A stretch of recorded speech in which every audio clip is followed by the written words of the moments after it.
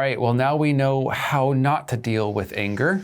This couple in the article, they were in a heated debate, an argument. They were both highly disgruntled, apparently, allegedly. And one of them, which we assume is the man, decided to turn over the table, spilling drinks, breaking things, and causing a whole entire scene, causing customers to leave and the owner to be left with a huge mess to clean up. Now, of course, the owner might want to try to get some help, especially from the police. But I was a bit surprised at this. Apparently, this is not illegal to do. And so the police weren't able to get involved too much. Now, on the fortunate side, I suppose, the perpetrator, the perp who actually did this, was kind enough, I guess, to leave their number and say, call me in the morning, I guess when my hangover's done or when the argument's done, and I will try to compensate you for whatever damages had taken place. Although the owner was, I guess, okay with this sort of response, he still took to the internet to complain and to kind of show well, basically he was also disgruntled at this, being treated so poorly and having such a rude customer. And many people commiserated with him and the restaurant. Although also surprisingly, some people didn't, said dealing with drunks is just part of the business. Although people being drunk is not uncommon, it shouldn't be part of business to deal with violent people.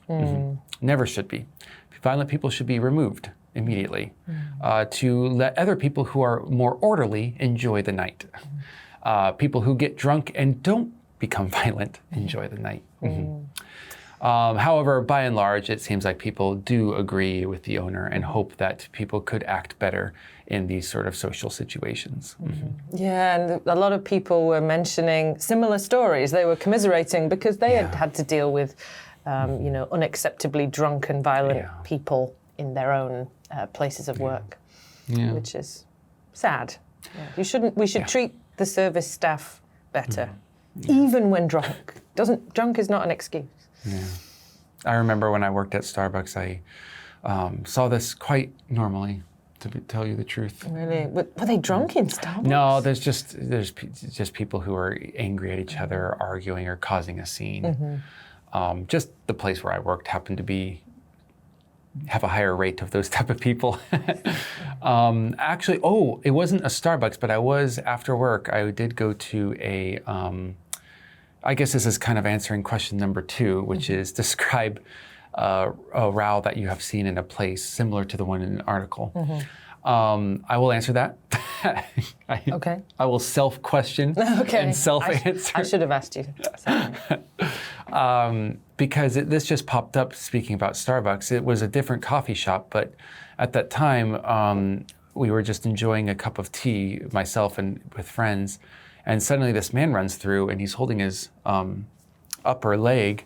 And if you guys don't want to hear something a little gruesome, please plug your ears real quick, but there's some blood coming out. Of his leg? Yes. Oh my goodness. And we were like, oh, well, I wonder what happened. And the guy standing outside was just holding a knife and like being very calm. And then the police came and he turned over the knife to the police and talked to the police about it. And then the police came in and said, what did you guys witness? And we're like, he just stabbed and then that guy ran away out the back and this guy just waited for you guys to show up. I mean, It wasn't even a real argument. There's hardly even words traded. Yeah, so that was... and he neatly just waited for the police and confessed to the crime. Everything, exactly. So I have no clue what the argument was about. To this day, I'm curious, but I assume he knew what he was doing and he was okay with the consequences. How interesting. And the fact that he didn't even try to kill, he was just trying to injure. I have no clue what's happening. I'm going to slice you, but I'm also going to take the consequences, like a responsible adult. Reminds me of some scenes in the Peaky Blinders. The responsible killers. Real life is sometimes stranger than fiction. Yes. Have you ever vented about an issue on the internet? And if you did, what was the issue? I guess back when I was younger, in my 20s or early 30s, I would, vent about various frustrations online. But I think as I've gotten older, I've realised the total futility of it. Like, you get some sympathisers, you get some criticisers, and in the end, nothing gets solved. So I kind of gave up on that as a course of action.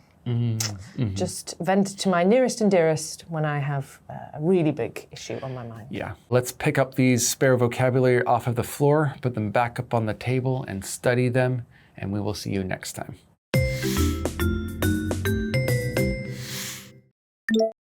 Disgruntled. Disgruntled.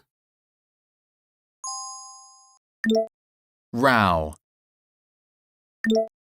Row. Take it outside. Take it outside.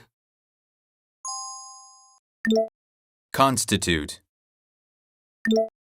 Constitute. Procession. Procession.